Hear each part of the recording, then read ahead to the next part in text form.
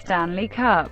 The Stanley Cup is the championship trophy awarded annually to the National Hockey League playoff winner. It is the oldest existing trophy to be awarded to a professional sports franchise, and the International Ice Hockey Federation considers it to be one of the most important championships available to the sport.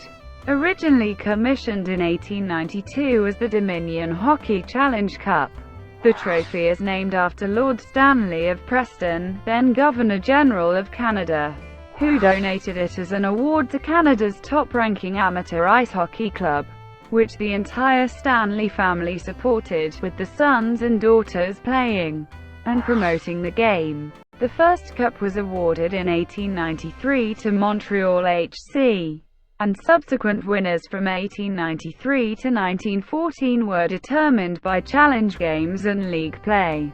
Professional teams first became eligible to challenge for the Stanley Cup in 1906. In 1915, the two professional ice hockey organizations, the National Hockey Association and the Pacific Coast Hockey Association, reached a gentleman's agreement in which their respective champions would face each other annually for the Stanley Cup. After a series of league mergers and folds, it was established as the de facto championship trophy of the NHL in 1926, and then the de jure NHL championship prize in 1947. There are actually 3 Stanley Cups: the original bowl of the Dominion Hockey Challenge Cup, the authenticated Presentation Cup, and the Replica Cup, on display at the Hockey Hall of Fame. The NHL has maintained effective control over both the trophy itself and its associated trademarks.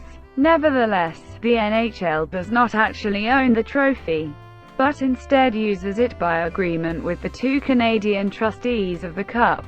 The NHL has registered trademarks associated with the name and likeness of the Stanley Cup, although the league's right to outright own trademarks associated with a trophy it does not own has been disputed by some legal experts.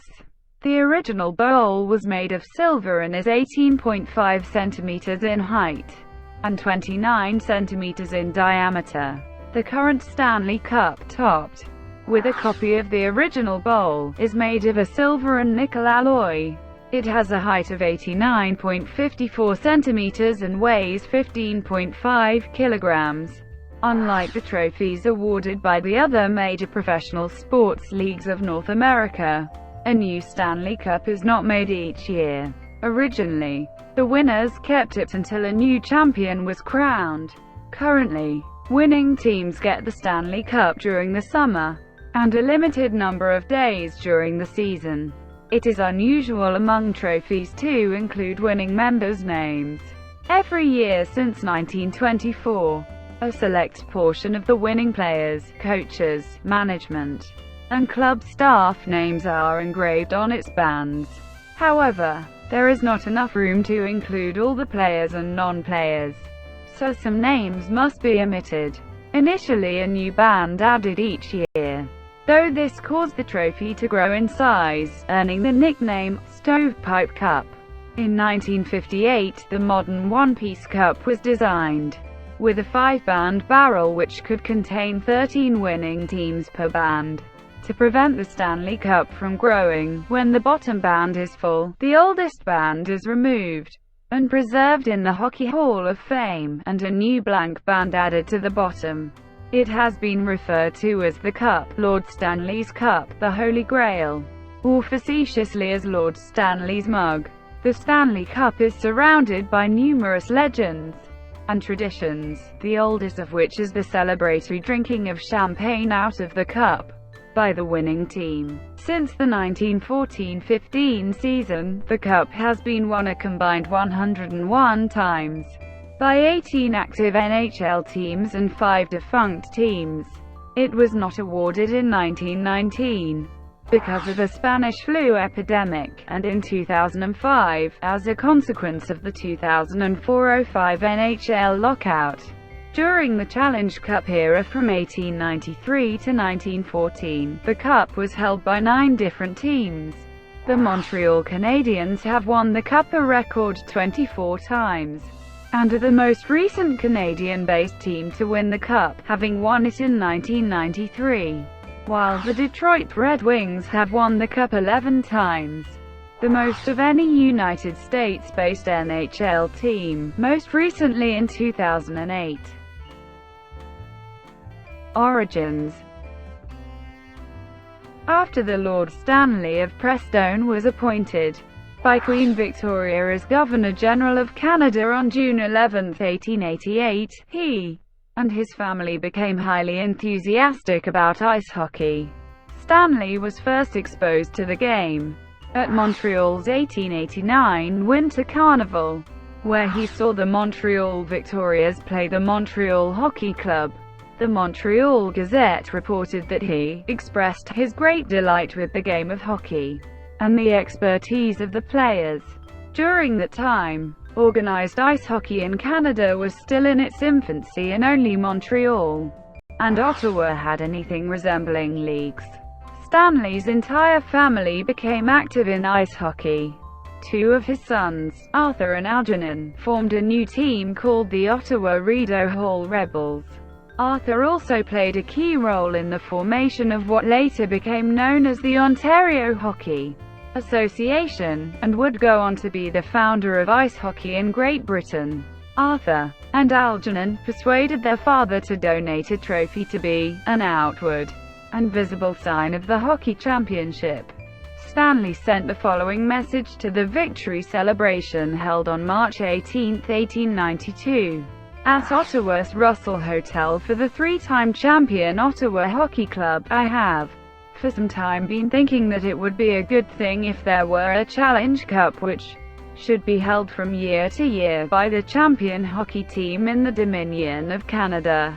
There does not appear to be any such outward sign of a championship at present, and considering the general interest which matches now elicit, and the importance of having the game played fairly and under rules generally recognized, I am willing to give a cup which shall be held from year to year by the winning team.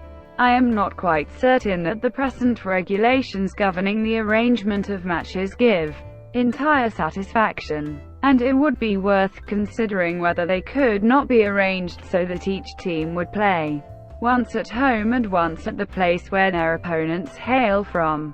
Soon afterwards, Stanley purchased what is frequently described as a decorative punch bowl, but which silver expert John Culm identified as a rose bowl, made in Sheffield, England, and sold by London Boodle and Dunthorne Jewellers for 10 guineas, equal to £10.50 sterling, $48.67, which is equal to $1 in dollars. He had the words Dominion Hockey Challenge Cup engraved on one side of the outside rim, and from Stanley of Preston on the other side.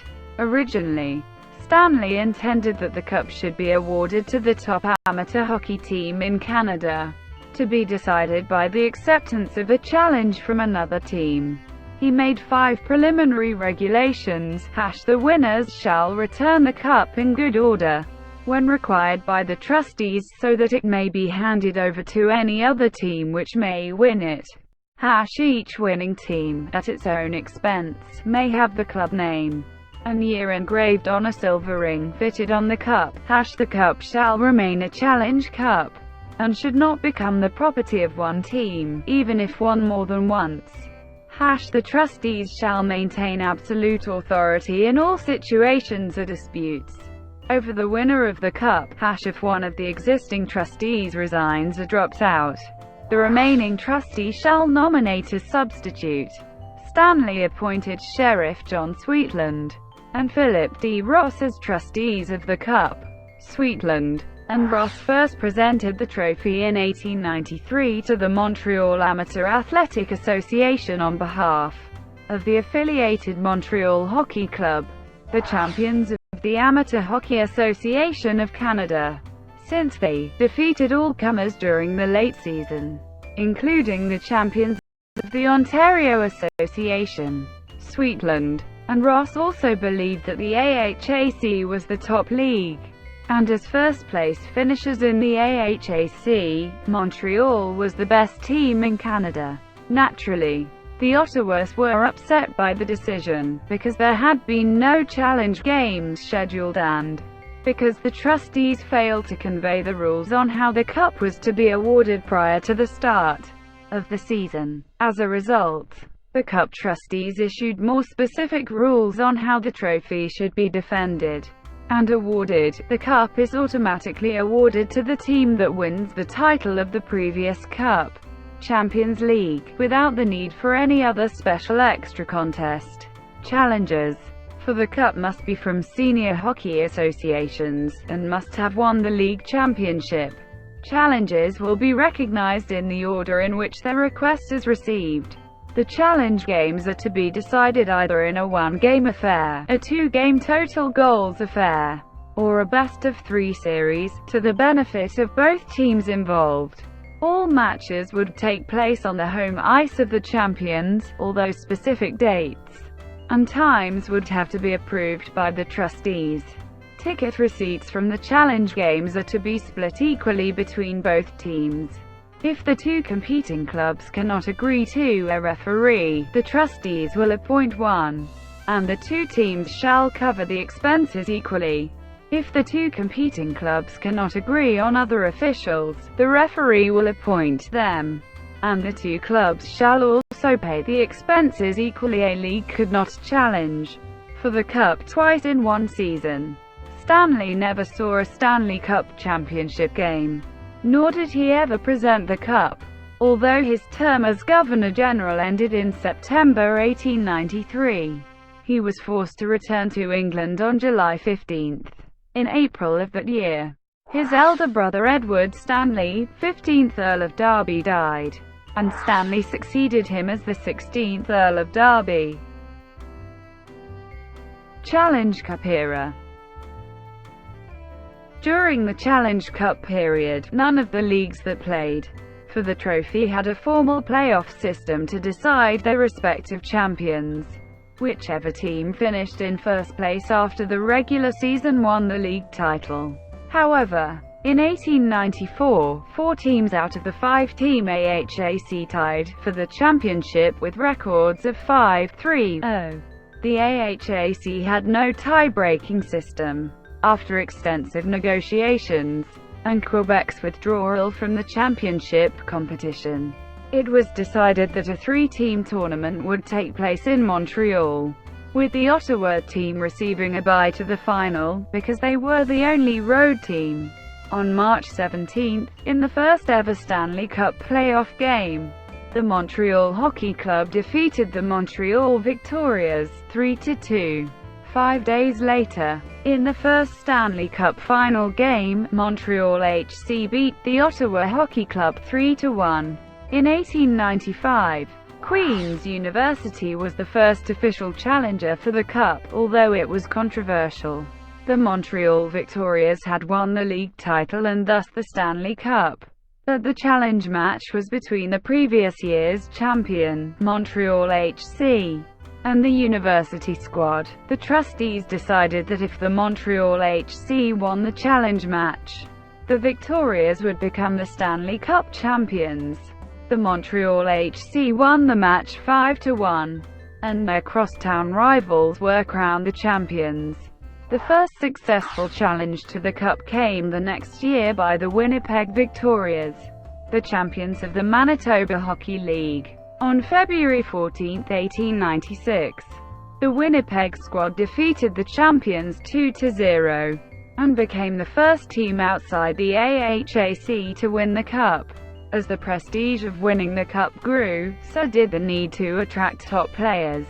Only 9 months after winning the Cup, in March 1906, the Montreal Wanderers pushed through a resolution at the annual meeting of the Eastern Canada Amateur Hockey Association that would allow professional players to play alongside amateurs. Because the ECAHA was the top hockey league in Canada at the time, the Cup trustees agreed to open the challenges to professional teams. The first professional competition came 1 month later during the Wanderers' 2-game Total Goals Challenge Series, which they won 17 goals to 5. The smallest municipality to produce a Stanley Cup champion team is Kenora, Ontario. The town had a population of about 4,000 when the Kenora Thistles captured the cup in January 1907. Aided by future Hall of Famers Art Ross and Bad Joe Hall, the Thistles defeated the Montreal Wanderers in a 2-game Total Goals Challenge Series. The Thistles successfully defended the cup once, against a team from Brandon, Manitoba. In March 1907, the Wanderers challenged the Thistles to a rematch. Despite an improved lineup, the Thistles lost the cup to Montreal.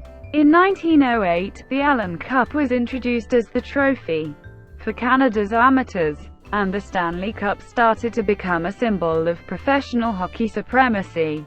In that same year, the first all-professional team, the Toronto Trolley Leaguers from the newly created Ontario Professional Hockey League, competed for the Cup. 1 year later, the Montreal HC and the Montreal Victorias, the two remaining amateur teams, left the ECAHA, and the ECAHA dropped amateur from their name to become a professional league.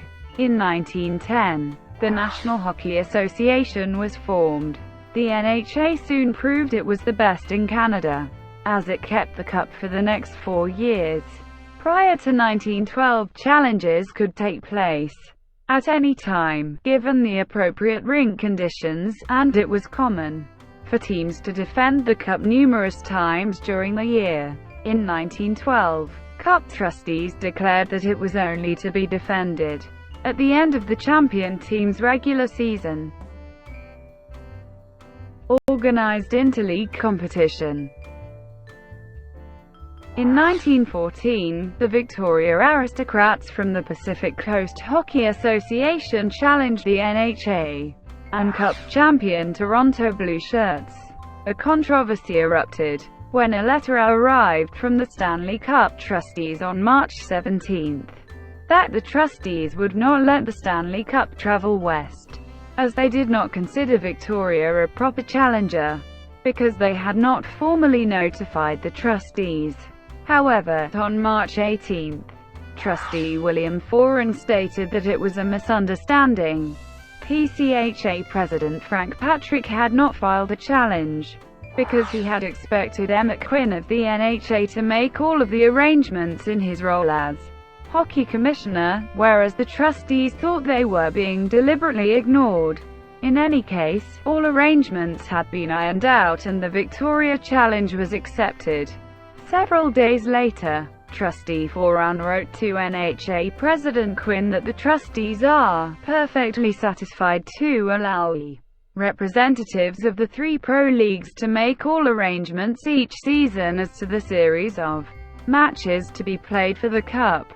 1 year later, the NHA and the PCHA concluded a gentleman's agreement in which their respective champions would face each other for the Cup, similar to baseball's World Series, which is played between the American League and National League champions. Under the new proposal, the Stanley Cup Final Series alternated between the East and the West each year, with alternating games played according to NHA and PCHA rules. The PCHA's Vancouver Millionaires won the 1915 series 3-0 in a best-of-5 series. After the Portland Rosebuds, an American-based team, joined the PCHA in 1914, the trustees issued a statement that the Cup was no longer for the best team in Canada, but now for the best team in the world. Ice hockey in Europe was still in its infancy at this time, so it was without much controversy that winners of the Stanley Cup began styling themselves as the world champions, just like in baseball. 2 years later, the Rosebuds became the first American team to play in the Stanley Cup final. In 1917, the Seattle Metropolitans became the first American team to win the Cup. After that season, the NHA dissolved, and the National Hockey League took its place. In 1919, The Spanish influenza epidemic forced the Montreal Canadiens and the Seattle Metropolitans to cancel their series, marking the first time the Stanley Cup was not awarded.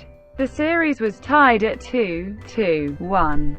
But the final game was never played, because Montreal manager George Kennedy and players Joe Hall, Billy Coutu, Jack McDonald, and Nuzi Lalonde were hospitalized with influenza.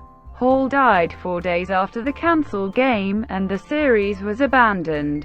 The format for the Stanley Cup final changed in 1922, with the creation of the Western Canada Hockey League. 3 leagues competed. For the Cup, 2 league champions faced each other for the right to challenge the third champion in the final series.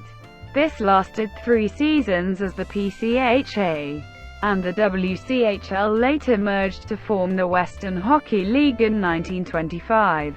After winning in the 1924-25 season, the Victoria Cougars became the last team outside the NHL to win the Stanley Cup. NHL takes over of the Detroit Red Wings does here.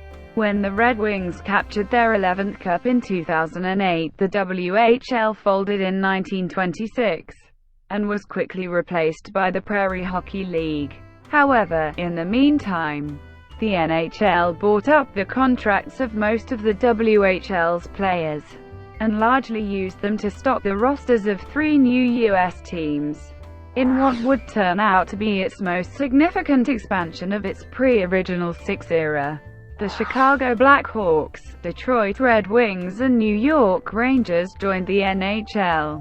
With the NHL now firmly established in the largest markets of the northeastern United States, and with the Western teams having been stripped of their best players, the PHL was deemed to be a minor league, unworthy of challenging the NHL for hockey supremacy. The PHL lasted only 2 seasons. Over the next 2 decades, other leagues and clubs occasionally issued challenges, but none were accepted by the Cup's trustees. Since 1926, no non-NHL team has played for the Cup, leading it to become the de facto championship trophy of the NHL. In addition, with no major professional hockey league left to challenge it, the NHL began calling its league champions the World Champions, notwithstanding the lack of any interleague championship. In doing so, the NHL copied a policy that had been adopted by the then still fledgling National Football League from its start in 1920. Finally, in 1947, the NHL reached an agreement with trustees P.D. Ross and Cooper Smeaton to grant control of the Cup to the NHL, allowing the league to reject challenges from other leagues that may have wished to play for the Cup. The trustees hereby delegate to the league full authority to determine and amend from time to time the conditions for competition of the Stanley Cup, including the qualifications of challengers, the appointment of officials, the apportionment and distribution of all gate receipts, provided always that the winners of this trophy shall be the acknowledged world's professional hockey champions. The trustees agree that during the currency of this agreement, they will not acknowledge or accept any challenge for the Stanley Cup unless such a challenge is in conformity with the conditions specified in paragraph 1 thereof. The league undertakes the responsibility for the care and safe custody of the Stanley Cup, including all necessary repairs and alterations to the cup and substructure as may be required from time to time, and further undertakes to insure the Stanley Cup for its full insurable value. The league hereby acknowledges itself to be bound to the trustees in the sum of $1,000, which bond is conditioned upon the safe return of the Stanley Cup to the trustees in accordance with the terms of this agreement, and it is agreed that the league shall have the right to return the trophy to the trustees at any time. This agreement shall remain in force so long as the league continues to be the world's leading professional hockey league is determined by its playing caliber, and in the event of dissolution or other termination of the National Hockey League, the Stanley Cup shall revert to the custody of the trustees. In the event of default in the appointment of a new trustee by the surviving trustee, the trustees hereby delegate and appoint the governors of the International Hockey Hall of Fame in Kingston, Ontario, to name 2 Canadian trustees to carry on under the terms of the original trust, and in conformity with this agreement. And it is further mutually agreed that any disputes arising as to the interpretation of this agreement or the facts upon which such interpretation is made, shall be settled by an arbitration board of 3, 1 member to be appointed by each of the parties, and the third to be selected by the 2 appointees. The decision of the arbitration board shall be final. This agreement was amended on November 22, 1961, substituting the governors of the International Hockey Hall of Fame in Kingston, Ontario, with the Committee of the Hockey Hall of Fame in Toronto, Ontario, as the group that would name the 2 Canadian trustees, if need be. In the 1970s, the World Hockey Association sought to challenge for the Cup. By this time, all Cup trustees were longtime NHL loyalists, and under the direction of NHL President Clarence Campbell, the WHA's challenge for the Cup was blocked. However, notwithstanding the aforementioned legal obligation, the NHL quietly discontinued calling its champions the World Champions. Nevertheless, the NHL came under pressure to allow its champion to play the WHA champion. Eventually, following the establishment of the Canada Cup as the first best-on-best international hockey tournament, NHL President Clarence Campbell made public overtures to establish a true world professional championship in ice hockey, just like the World Series. Under Campbell's proposal, the NHL champion would have played the WHA champion for the right to face the European champion. Campbell's 2 main conditions were that Stanley Cup was to remain the NHL's championship trophy, and that the World Championship would be strictly limited to professional teams. The latter condition was the more contentious one, as it would have caused problems especially for Eastern Bloc teams wanting to challenge for such a championship. These teams employed various legal fictions to maintain the nominal amateur status of their top players.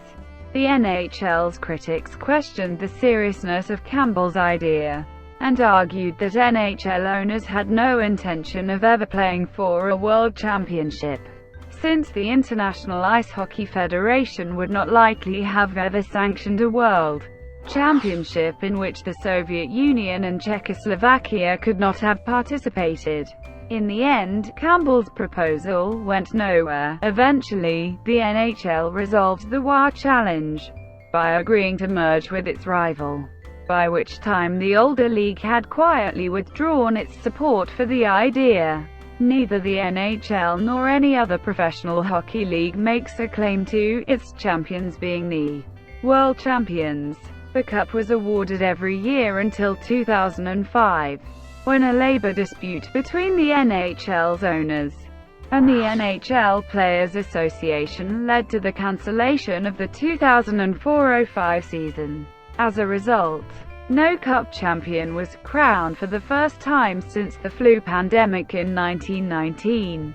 The lockout was controversial among many fans, who questioned whether the NHL had exclusive control over the Cup. A website known as freestanley.com was launched, asking fans to write to the Cup trustees and urge them to return to the original Challenge Cup format.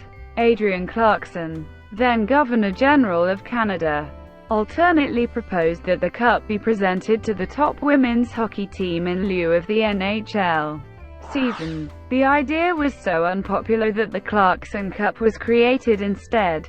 Meanwhile, a group in Ontario, also known as the Wednesday Nighters, filed an application with the Ontario Superior Court claiming that the Cup trustees had overstepped their bounds in signing the 1947 agreement with the NHL, and therefore must award the trophy regardless of the lockout. On February 7, 2006, a settlement was reached in which the trophy could be awarded to non-NHL teams should the league not operate for a season. The dispute lasted so long that, by the time it was settled, the NHL had resumed operating for the 2005-06 season, and the Stanley Cup went unclaimed for the 2004-05 season. Furthermore, when another NHL lockout commenced in 2012, the trustees stated that the 2006 agreement did not oblige them to award the Cup in the event of a lost season, and that they were likely to reject any non-NHL challenges for the Cup in the event the 2012-13 season were cancelled, which it was not. In 2007, the International Ice Hockey Federation formalized the Triple Gold Club, the group of players and coaches who have won an Olympic Games gold medal, a World Championship gold medal, and the Stanley Cup. The term had first entered popular use following the 2002 Winter Olympics, which saw the addition of the first Canadian members. Trustees. The regulations set down by Lord Stanley call for two trustees, who had the sole, joint right to govern the Cup and the conditions of its awarding until 1947, when they were ceded control to the NHL, while the original regulations allow for a trustee to resign. To date, all Cup trustees have served until their deaths. In the event of a vacancy, the remaining trustee names the replacement for the deceased or resigned trustee. To date, 9 men have served as trustees of the Stanley Cup. Engraving. Like the Grey Cup, awarded to the winner of the Canadian Football League, the Stanley Cup is engraved with the names of the winning players, coaches, management, and club staff. However, this was not always the case. One of Lord Stanley's original conditions was that each team could, at their own expense, add a ring to the cup to commemorate their victory. Initially, there was only one base ring, which was attached to the bottom of the original bowl by the Montreal Hockey Club. Clubs engraved their team names, usually in the form, team name, year 1, on that one ring until it was full in 1902.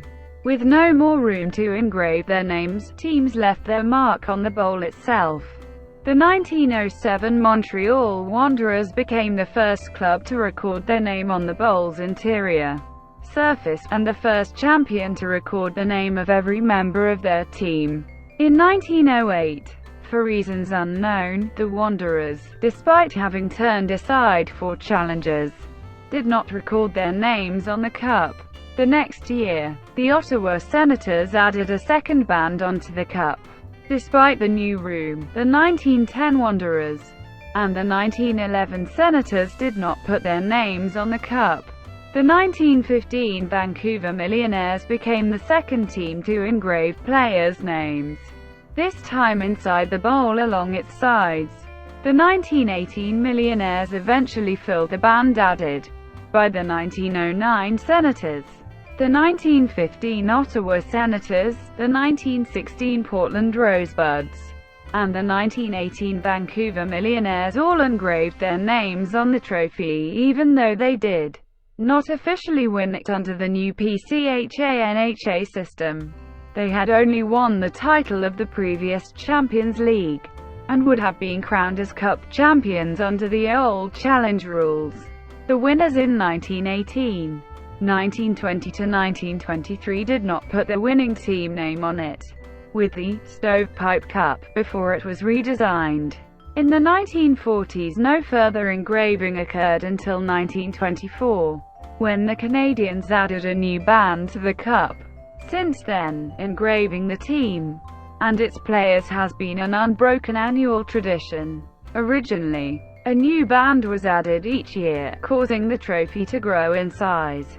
The Stovepipe Cup as it was nicknamed because of its resemblance to the exhaust pipe of a stove, became unwieldy. So it was redesigned in 1948 as a two-piece cigar-shaped trophy with a removable bowl and collar. This cup also properly honored those teams that did not engrave their names on the cup. Also included was 1918-19 no decision, Montreal Canadiens, Seattle Metropolitans. Since 1958, the cup has undergone several minor alterations. The original collar and bowl were too brittle, and were replaced in 1963 and 1969, respectively. The modern one-piece cup design was introduced in 1958, when the old barrel was replaced with a 5-band barrel, each of which could contain 13 winning teams. Although the bands were originally designed to fill up during the Cup's centennial year, the names of the 1965 Montreal Canadiens were engraved over a larger area than allotted, and thus there are 12 teams on that band instead of 13. When the bands were all filled in 1991, the top band of the large barrel was preserved in the Hockey Hall of Fame, and a new blank band was added to the bottom so the Stanley Cup would not grow further. Another new band was scheduled to be added to the bottom of the cup following the 2004-05 season, but was not added, because of the 2004-05 NHL lockout. After the 2005-06 champion Carolina Hurricanes were crowned, and the new bottom ring was finally added, the cancelled season was acknowledged with the words, 2004-05 season not played. Currently, the cup stands at 89.5 centimeters tall and weighs 15.5 kilograms. Thank you for watching. Please like and subscribe below.